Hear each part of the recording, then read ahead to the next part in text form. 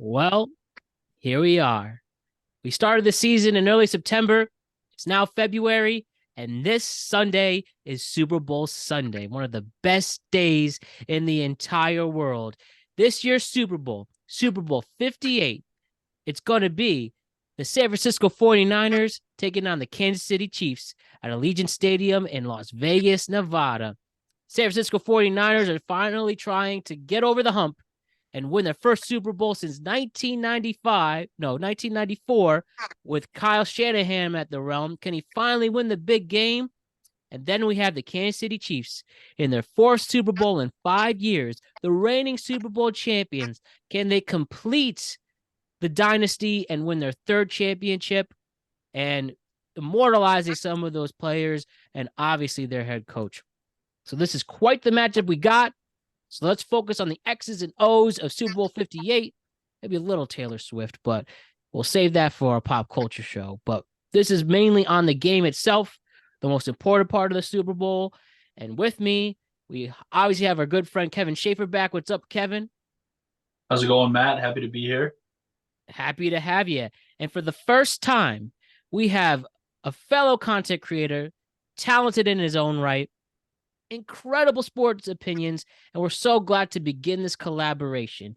Please check him out and all his great collaborators at Playbook Sports. You can find them on TikTok, YouTube, Instagram, and Twitter. Just go to Playbook Sports and check out what the great stuff that team is doing. And they are led by none other than Anthony Aramia, who is joining us today on the show. What's up, Anthony? Glad to have you.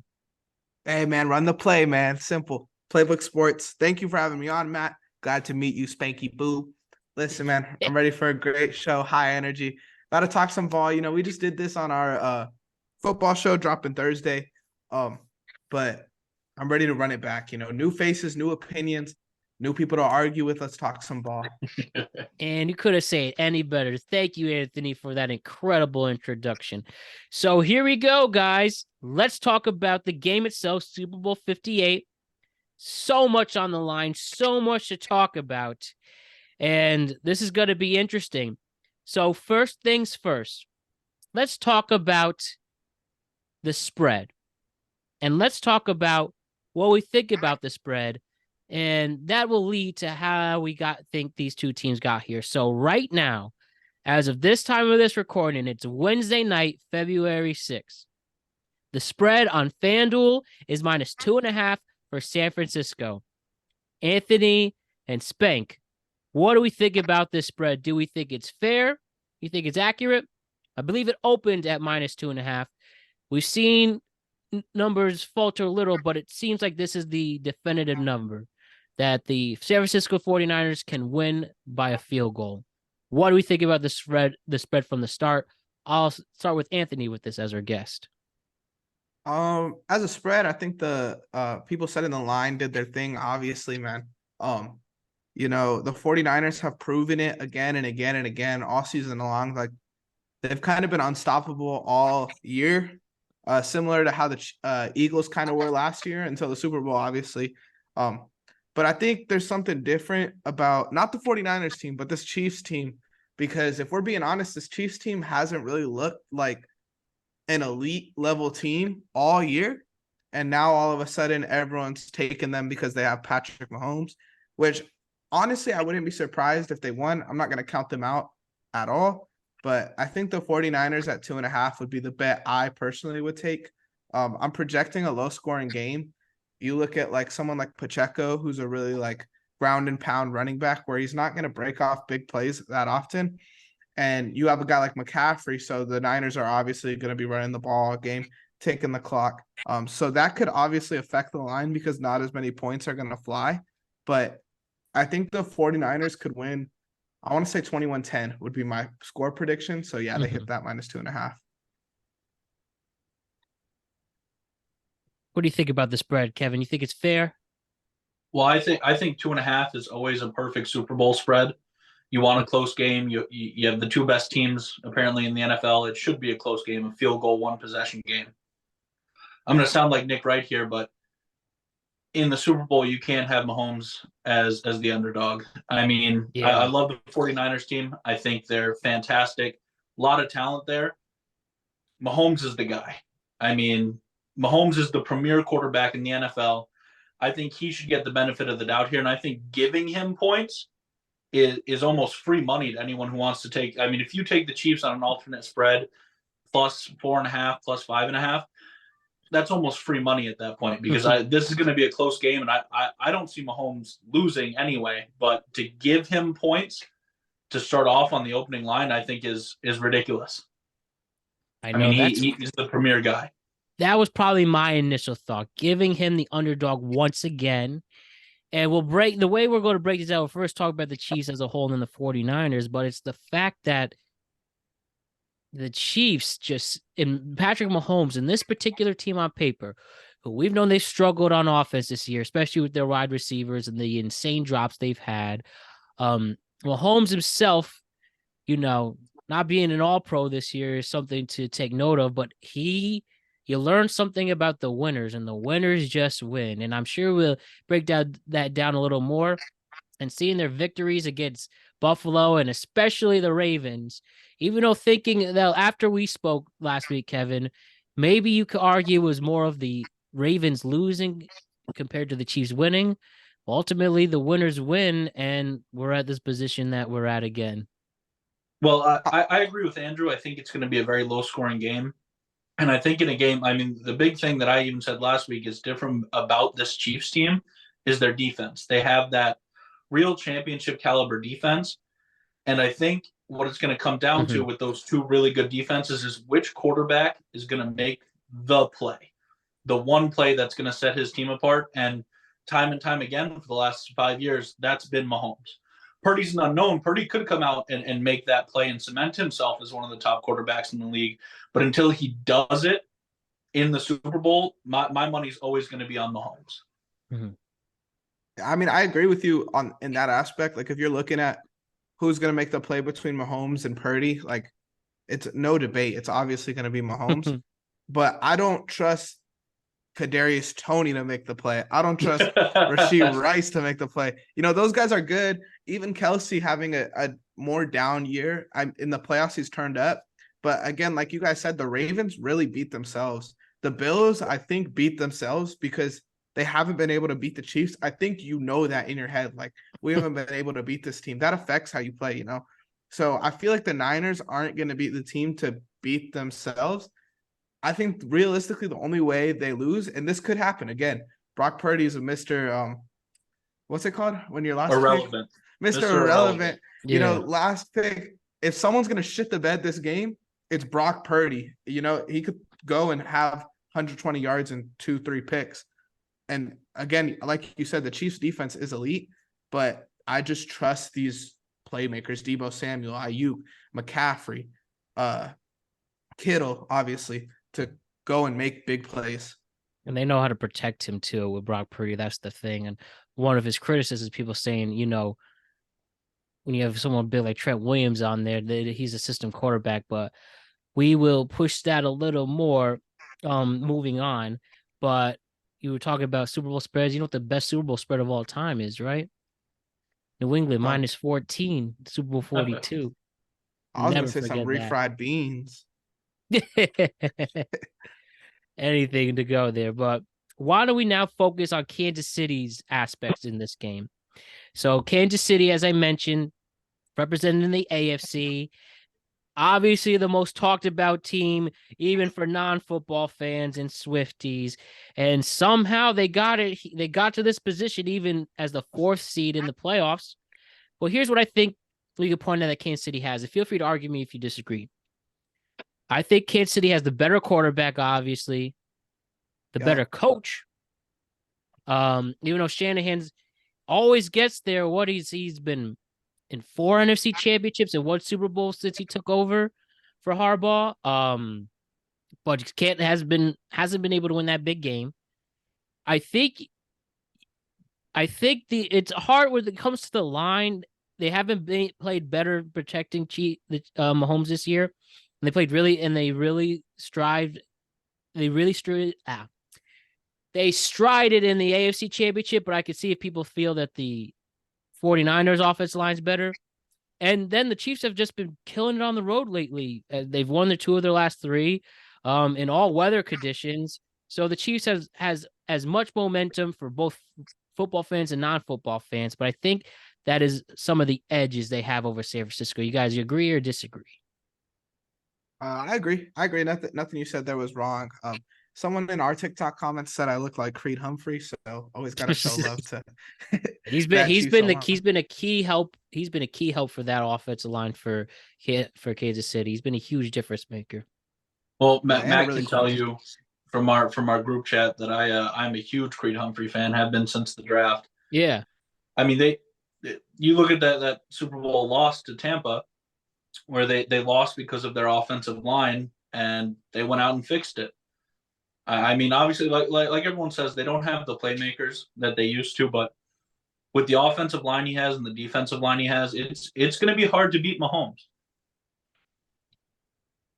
Yeah, I don't think anything there you said was wrong. Like, again, you guys are just knowing ball, but again, those playmakers, dude, they matter in the Super Bowl. You know, like how many, like when you think about the Super Bowl, you think about like the big plays that, like, obviously receivers made. You look at like Edelman or Jermaine Kearse when he caught it over the dude, and then they threw the pick at the line. Like you think about those big plays that playmakers make. You don't really think about like, oh, this quarterback like doing whatever, you know, because it's more about those playmakers. I feel like in those games, the big David plays give Tyree you momentum. catch. Exactly. The momentum you get from a play like that is so much huger than like someone throwing slants down the field. And I know Tom Brady obviously had the success from that, but I think like throwing a slant to Debo and him breaking it for 80, Ayuk obviously has the hands to make a big play. I'm just gonna keep on spitting about these dudes because they're so good. Like they're so good. It's like ridiculous though. I could go out there and be the quarterback instead of Brock Purdy, and I think we'd still be in the Super Bowl. You're not wrong. I mean, you look at the Chiefs, and like you said, I mean, obviously, you know, they're not where they are because now you have to rely on Mecole Hardman as your number 4 guy. Mm-hmm. You've got Justin Watson and Valdez players Scantling. like that who are almost complete Richie unknowns. James. Who now Richie James, Kadarius Toney, who probably won't even play, to be honest. You know, those guys are not going to be out there when you need. You look at MVS too. A couple dropped passes on dimes from Mahomes this year to win games that he dropped. Yeah. So I 100% see what you're saying because a dropped pass can lose or win you a game. So I get what you're saying with the playmakers there, and that makes a lot of sense. Yeah, and also, you know, just on a personnel level, the Kansas City Chiefs, you have Andy Reid, who's now become as iconic as he can, and this Super Bowl will make him immortal. When you think of the Mount Rushmore of NFL coaches, Andy Reid, if not there already, 3rd Super Bowl win clearly seals that deal. And he has the most incredible staff ever in terms of defense. Spagnuolo argue he's one of the best defensive coordinators to ever play. Matt Nagy, who's definitely had his criticisms because of his offense in the regular season in particular, but he's still able to get the points that they needed.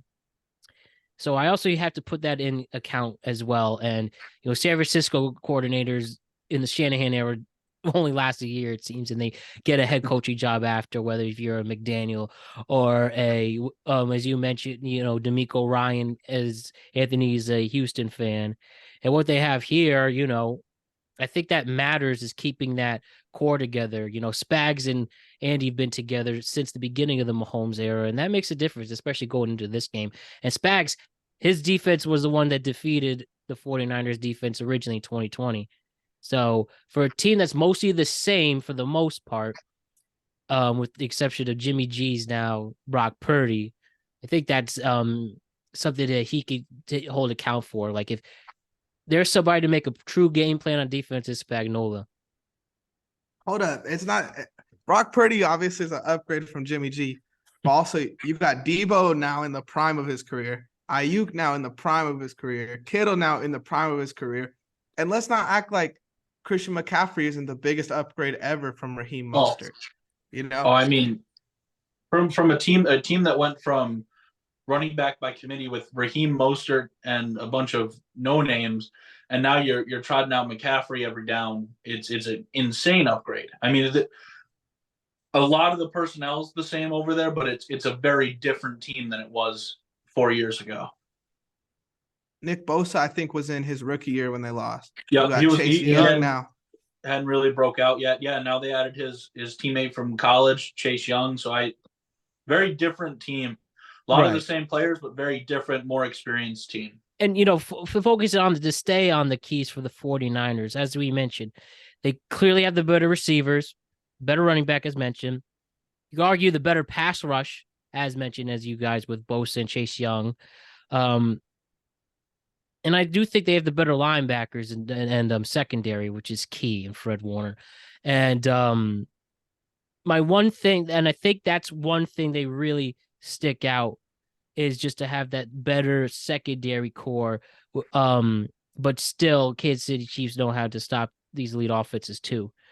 So branching off of that for the defensive side, what else do you guys think they could do is the key to make sure you prevent Mahomes from not scoring?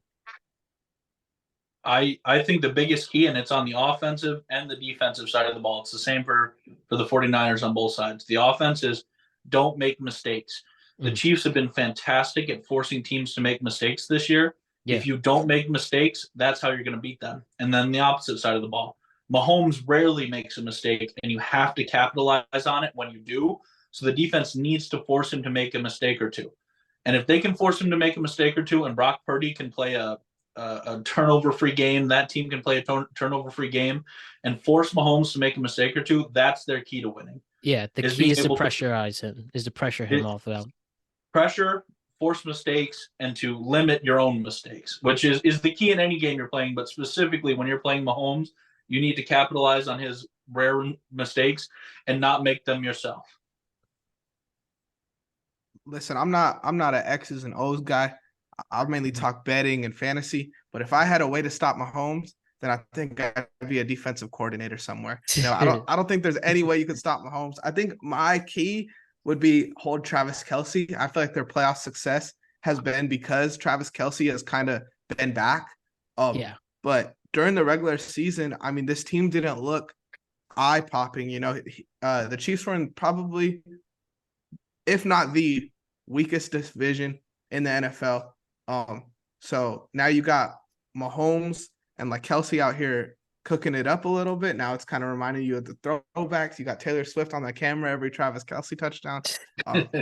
You know, we don't want to see no Taylor Swift in the Super Bowl too. He is. So last time they played, I want to say Travis Kelce was hurt. I think I fact checked and I couldn't find him anywhere. I might be mistaken on that. For the last 49ers and Chiefs game? Yeah. You might be right. I could check really quick on that. I may be wrong. I might be thinking of a different game. But when I was doing research from my podcast, I was trying to like compare stats, and Kelce wasn't there. But I think last year he had like a touchdown, maybe 2 touchdowns at like 50 yards. I know he had like almost 20 fantasy points. Yeah, so you're right. Like if you hold Travis Kelce and you're like, I was just saying right here, and you kind of let like, let's let Kadarius Toney and Rashee Rice beat us. Yes, it was. They did play last year at San Francisco. They won. Kansas City won 44-23 last year's week 7. You know who was the number 1 rusher for San Francisco that day? Jeff Wilson Jr. at 7 carries and 54 yards. Now he's out in Miami. And yeah, so I do have here that Kelce was in it. So for 6 receptions for 98 yards, but still though, the key, I think that's also the major keys, just to prevent Kelce, because he clearly is the reason why, specifically in the Buffalo and Baltimore game, why they were able to have so much success, getting touchdowns, getting yards, passed at least 70 yards for both games. And I think somebody like, and this is, remember, when you played Buffalo secondary with major injuries, you know what? He's blanking my name, but coming off the bench. Coming off the couch, and he has to stop Travis Kelce in a playoff game. That's going to be tough. Roquan Smith had a hard time for some reason, but now you have all-pro Fred Warner out there. I think it's going to be tough for him. I agree. And even someone like Travaris Ward, you could throw on him as well, just to make it interesting. Tayshaun Gibson. I mean, Talanoa Hufanga. Is he playing? I don't know. Actually, I don't know, but he's one of the best safeties in the NFL, and he's young. So I wasn't sure if he was playing or not. He's on the IR, but I think he got hurt pretty early in the year, but he was like, bro, last year he exploded. Like, he was one of my favorite players. The next Palomalu, I think. But I was actually about to say that. So I mean, whether he's playing or not, guy, I forgot he was on IR. Could be a big factor actually. Definitely. Jinx. Got me there. So my only other thing I would like to ask regarding the pass rush, right, of the 49ers. Some people felt that Chase Young has been lazy, for a lack of a better term. And, especially we might have noticed in the Detroit game, there were some plays he didn't complete. Not saying that he's been a bust per se, but he hasn't been like the true ultimate combo that they were hoping for in Bosa and Young. Young's been able to stay healthy, which was a key, which was he had trouble in Washington. I do think it upgraded the team, but do you think that should be a concern at all? I think it's fair after a week off when you're playing in that neutral site. Stuff like that really doesn't matter. All that matters is your pure skill at that point. And Chase Young is a second overall pick for a reason. When he's on point, he's been a monster. When he was held in the one playoff win in Washington, he was a difference maker. And I do think that that's going to be a huge factor coming into this game healthy. Well, coming out of college, that was one of his big question marks, was the motor. Mm-hmm. He was known to take plays off. And you can't really do that in the NFL. But with his talent, even if he takes a few plays off, he's going to make some plays anyway when he goes full bore. So I think he'll be a big X factor, whether or not he's making the plays that he usually does or if he's taking too many off. But hopefully they were able to light a fire under him this weekend, and we'll see a really good pass rush combo of Bosa and Young. I think the key with Young is it makes it like almost impossible to double team Nick Bosa. If you leave Chase Young, he's gonna get to the quarterback. He's one of the fastest pass rushers in the league. And then if Chase Young really is taking plays off, like, we got Javon Hargrave, we got Eric Armstead. Yeah. Like, those are dudes that can make plays. You don't even really need Chase Young. He's just a added commodity, extra credit. So that's kind of my thoughts on it. And Javon Kinlaw has been coming on the last few weeks too. Yeah, this is going to be a really good game. Take away all the fanfare and focus on the actual football. This really is going to be a lot of fun. So with that, why don't we help make some parlays? And we're all gamblers here, and we're proud of it, and we're responsible with it, of course. So why don't we talk about the most gambled day of the year? Or sorry, I should say, why don't we talk about the gambling aspect of the most gambled event of the year? And let's make some props. So I asked the guys to give me 3 props. So why don't we just go concurrently? So I'll go first, Kevin, then Anthony. So first, and if we happen to have the same one, it's totally okay. But first things first, let's give an anytime touchdown for Travis Kelce. I mean, duh, at this point. Not only for, obviously, her special girlfriend's going to be at the game, but he's obviously Mahomes' favorite target. He's had a touchdown in the Super Bowl last year. And as I mentioned, he's been a huge factor in the divisional and conference championship, getting some scores in there. Got to have Travis Kelce as an anytime touchdown. Am I right? I disagree. Really? I'd be scared. I don't call it a lock, but I'd be scared. Just because I think, like Andrew said, their game plan is going to be to shut him down. Mm-hmm. And I think you're going to get better value with Rashee Rice because Mahomes is going to have to go to him more, especially in the red zone when their entire game plan is going to be to stop Kelce in the run game with Pacheco. So I think Rashee Rice is going to be your better bet for an ATD. Okay, I do respect it, and I see that there. And Rice is the only true weapon that you can trust in terms of the wide receivers. So good point there. I'll take that. So what's this, Anthony? What's your first prop? Okay, so again, I'm from California, right? So we don't have the FanDuel odds. We don't have none of that. So I've got some prize picks for you guys. I also do have some stuff along those lines, and I'll get into that. But I think my real big lock is Clyde Edwards-Helaire under 3 fantasy points. That would mean he would have to rush for 31 yards or get a catch, and it'd be around 26 yards. There's rumors about McKinnon playing in this game, so that should shut him out. Last year, I believe the score was like 45-40, something like that, and Edwards-Helaire didn't get a single touch. So you got Pacheco. Everyone's raving about Pacheco. I don't see why you would have Edwards-Helaire in this game. So I'm gonna take his under on 3 fantasy points. I respect that. Yeah, he's kind of been a lost start with the rise of Pacheco. Bust. Definitely a bust. First round bust after their I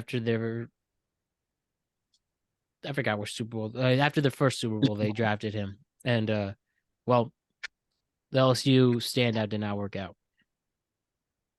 So my first prop is one of FanDuel's game specials, and it is Patrick Mahomes and Brock Purdy to combine for 50+ rushing yards at plus 150.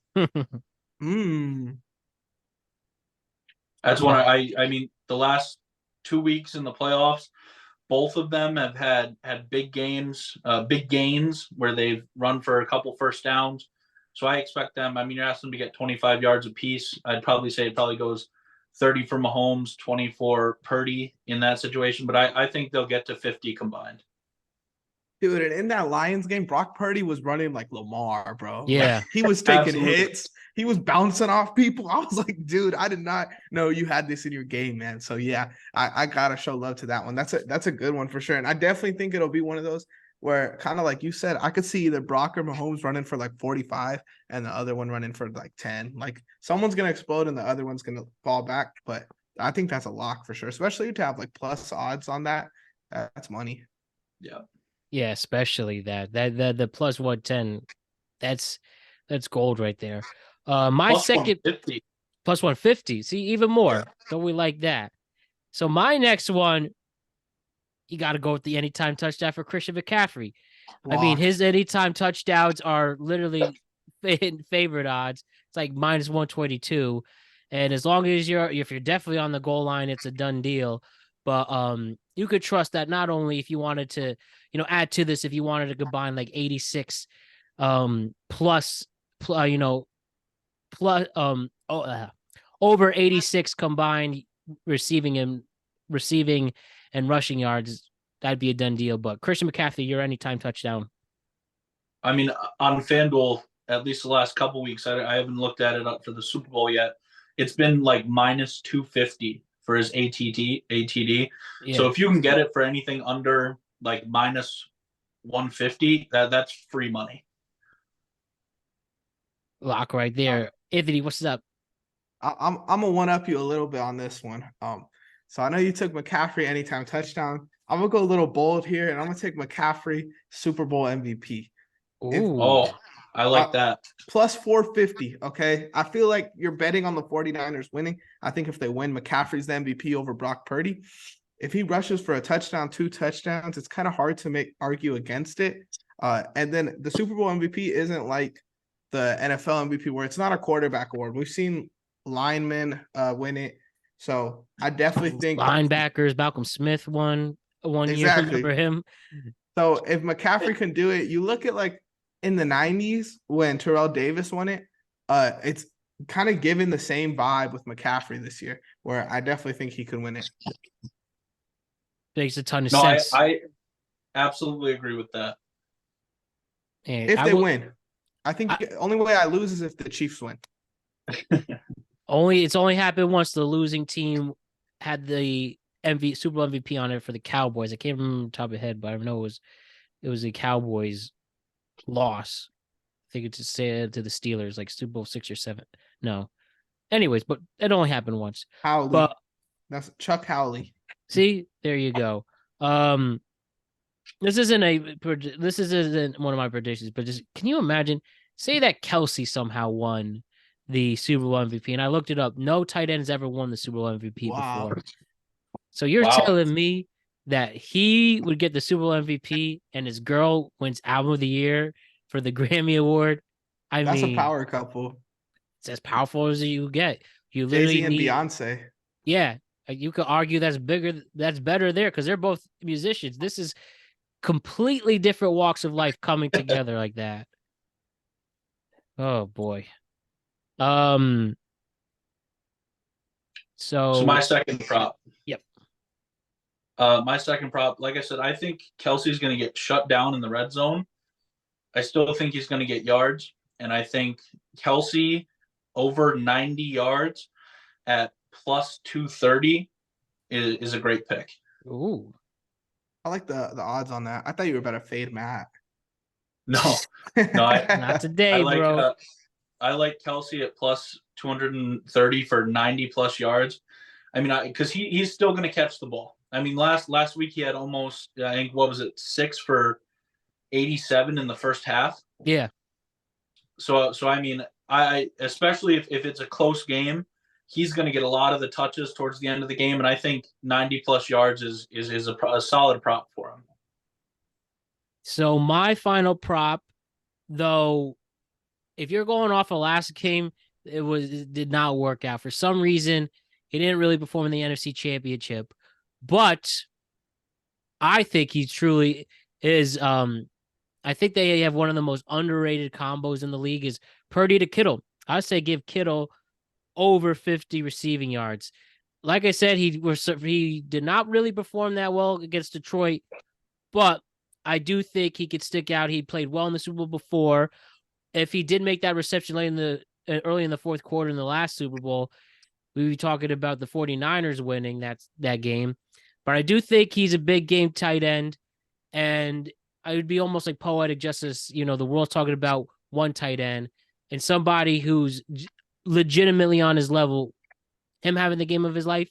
And you could even argue 50 might be kind of low, but to play it safe right now at minus 166, give me George Kittle so over 50 receiving yards. I do like that. For me, I think that depends a lot on, has anything come out about Willie Gay? I know he got hurt last week. So at this moment, Willie Gay's actually not listed on the injury report. Okay, because he got hurt last week, and yeah. If he wasn't playing, I'd even bump that up to 75, 80 yards for Kittle. But I think 50 even with Willie Gay playing is a solid pick. I like it. I'll go into my next one. This is the one I feel the most confident about. Okay, we're going back to prize picks. It's kind of like yours, Spanks. Pacheco and Ayuk under 153.5 yards. So I'm thinking if the 49ers are up, it's going to be all McCaffrey, so no Ayuk, and it's going to be Mahomes throwing the ball, so no Pacheco. So I'm kind of banking on the 49ers to win here. But I really like, the only way it gets screwed up is if Pacheco has like one of those Pacheco games where he's the angry runner. He's running like he bites people, So yeah, running like a kid trying to get to the lunch line. Yeah, exactly. So that's the only way. But I really like this line a lot. 153.5 that's a lot of yards for a wide receiver too, and for a running back going against Nick Bosa. That's little over 75 apiece. So my last prop is another one of FanDuel's game specials. And I think this, even with the really great offensive lines, I think this one's another lock. And it's crazy the odds they're giving you on this. It's Chris Jones and Nick Bosa to each record one sack for plus 350. Dang. Really? That actually sounds like a steal. Hopefully we didn't give it away with putting it out there like that. Plus 350 for that? Wow. Plus 350 for just each one one sack. of them to record a sack. Each one to record over 0.5 or more. Okay, so good. There you go. So they can get a half a sack each and still get it. I get scared from sacks because they sometimes I like doing tackle for loss a lot better than sacks. I'd be curious to see what that's at.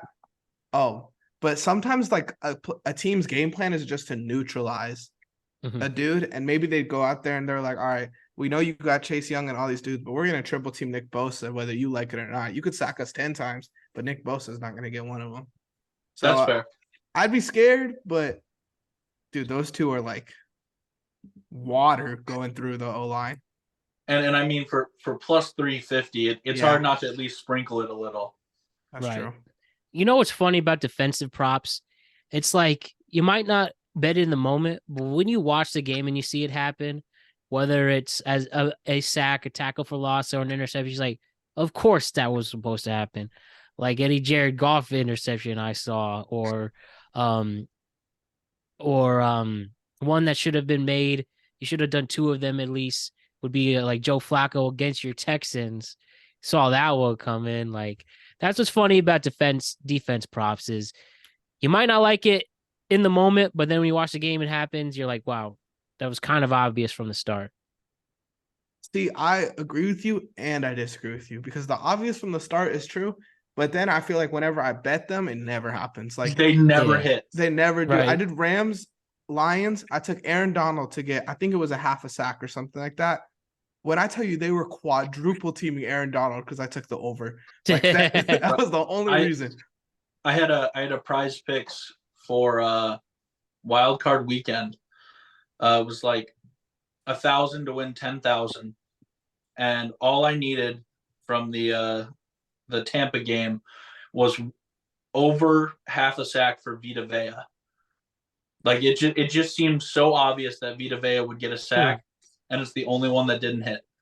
And it hurts, bro, because like usually, like as someone like I never played football, so I feel like whenever I talk to football players, they're like, "Oh, like I always watch the D line." As someone who never watches the D line versus O line battle, when you bet on it, obviously you're watching it, and it's the most fucking frustrating thing because it's like you're a triple team, get the fuck out of it. You know, it like he like Yeah. finally gets through and they sling it. I'm like, fuck. I was an all-state offensive lineman, so I always watched the offensive line, and it just that offensive line hadn't been playing very well. It was Tampa, and who was Tampa playing the wild card weekend? Against Eagles. Yeah. Philly, yeah.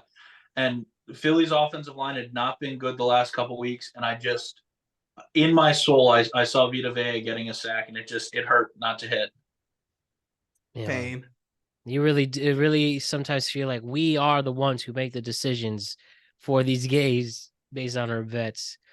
It's like I don't know if you guys saw the Le'Veon Bell thing where Kyrie was scoring 40 like every single game, and then Le'Veon Bell is like one over and I could fuck this up, and he did it, and like Kyrie had like 11 points. It's like, Dude, that that's the happened. fucking truth. That happened earlier this year before Embiid got hurt. He was about to tie Kareem's record for like it was something like 8 straight games over four. It was over 30 and 10, and of course I bet it from I used to do that. I briefly was on a Discord handicap, which biggest mistake. Don't do it. Don't ever go on a gambling Discord. I'll say that here. I don't care who gets mad. And of course, he suggested it. The handicapper, even though he was just getting destroyed. If you see the chats, they throw the tomatoes at him, getting destroyed for weeks. But this was the one thing he can do. And then Embiid got 7. And 7? yeah, he got 7. Getting Did he like get hurt? No, he was like Tyrese Maxey get a couple in there. It's a joke. Well, now he's hurt, so we just hope Embiid's okay. But that's the game we decided to sign up for, boys, and as you know, so. Well, there was I follow this one guy on Twitter, and he had hit 29 out of his last 29 bets. Oh my Damn. 29 out of his last 29 parlays. And last night I took his parlay for like $300 because it was a little over plus odds, and I was like, oh, he's hitting them. Let me build my bank a little bit. It's the first one he lost in 30 parlays. And it's because of you. Exactly. your That's fault. all my fault. It's like all my fault. Oh man, why can't we just wave a magic wand one day and it's just there? The sports almanac. Have you seen Back to the Future 2? What? I do. I have one special extra prop. Give it to us. It is another Super Bowl MVP, and it is Sam Darnold at plus 3,000 odds. Okay. I see nothing wrong with sprinkling it a little like $25 bet, $20 bet to win 750, because all it takes is one Brock Purdy injury, and I think Sam Darnold can do exactly what Brock Purdy's been doing, and I can absolutely see Sam Darnold getting in that game in late in the first quarter, second quarter, and winning the Super Bowl MVP. So I think it's worth sprinkling. Hey, if you have the cash, why not? F it at that point. 20 And bucks, yeah, that's nothing. and we've seen, when you don't want to, if there's a Miles Jack situation like in last year's NFC Super Bowl, knocked out towards UCL, then maybe you'll see Sam Darnold come in and have the literal bench warmer performance ever by beating the Chiefs and That would getting be that Super legendary. MVP. Yeah, It would. That would be Nick Foles-esque. arguably even better. He didn't Yeah, even that's start the true. game. Or no injury. What if Brock Purdy just shits the bed in the first half and they're like, all right, Sam Darnold, we're down 24.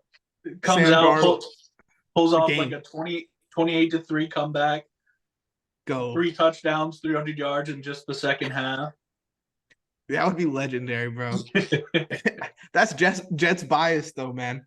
It is that Jets bias. I love Darnold. I do too. He's dope. Manifest, guys. Anything's possible. It really is.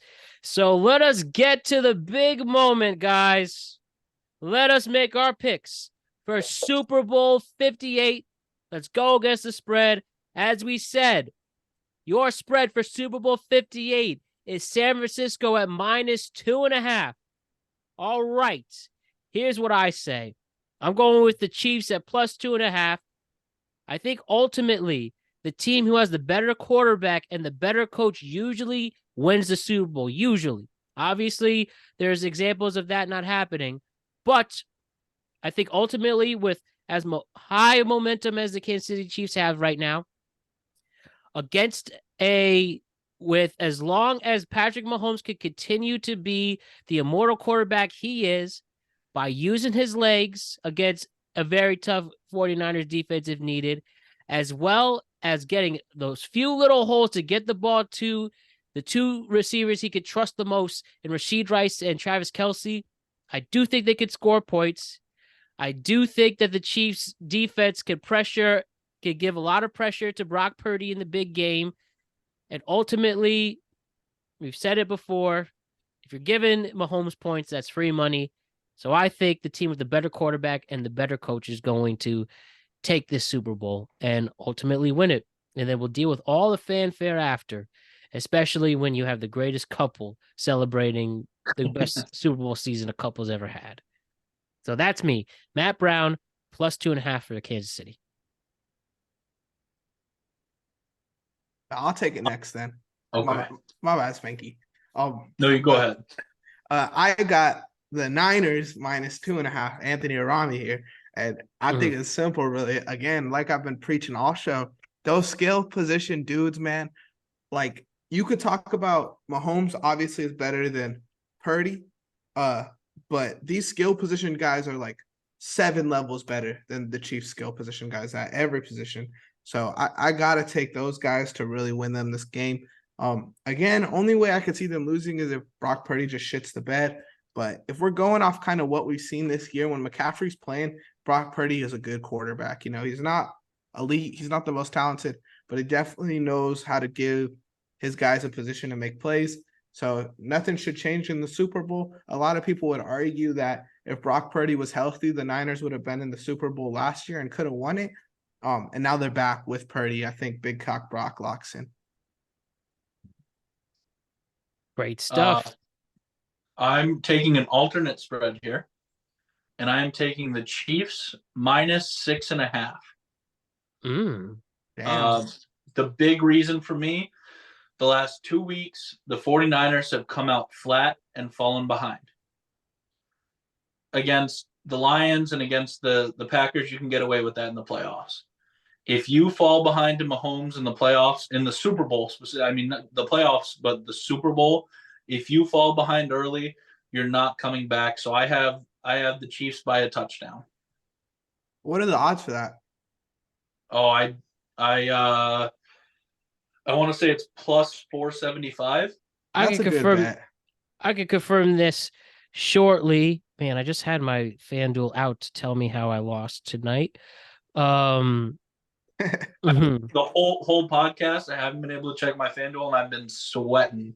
Yeah, I hit tonight, so I'm good. They gave a free Kevin Durant line, so I'm just waiting for that game to start. But I needed Oh, Tyrese Halliburton 21 and a the half. plus 100 for KD instead of the minus 500. No, mine was because it was on Prize Picks. It was like KD to score 20 points.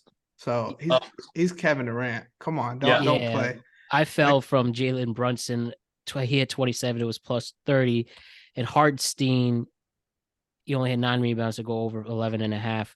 But they were up 76-40 in the first half. And it's been the the National Blowout Association all season long. Wait, Damn. Brunson didn't get 30? No, in 27 after scoring 17 in the first quarter, too. I know. I had him at 30 plus too. Hey, so you guys know whose bets to listen to. You guys know who to lock in at the Super Bowl. Oh, hey, man, different sports. But just to confirm the alternative spread right now, Kansas City at minus 6.5 is plus 255. I think that's free money. Amen. Should be a lot of fun. But ultimately, guys, that should complete this collaboration. It was incredible. Absolutely incredible. And as I said, hopefully this leads to some more. Incredible job. Awesome debut, Anthony. You always do great, Spank. So thank you for what you do. And let's see what happens. Don't forget, 6:30 CBS Super Bowl 58. Let's see what happens and check out our reactions a week from today. All right. Great job, Kevin and Spank. Oh, sorry. Great job, Kevin and Anthony. And don't forget to check out Anthony on all streaming platforms. Go to Playbook Sports HQ. Yes, sir. Thank you guys again. Remember, man, run the play. We got the new merch out now. Check us out on Instagram. Quick plug. I'm about to follow that on TikTok as soon as I get off. Sweet. Amen. TikTok, Instagram, all that, man. Thank you, Spanks. Thank you guys again, Matt. I appreciate you, man. I love seeing your clips on my timeline. And Kevin, I'll be sure to follow you back because you seem like a really cool guy. Right. Absolutely. I have a TikTok with like 30,000 followers. Oh, hell yeah. Yes. You can see the great stuff at Kevin Will Drink It on TikTok for everybody else who hasn't seen. So good stuff, guys. To many more. We'll see you soon. Sweet. See ya.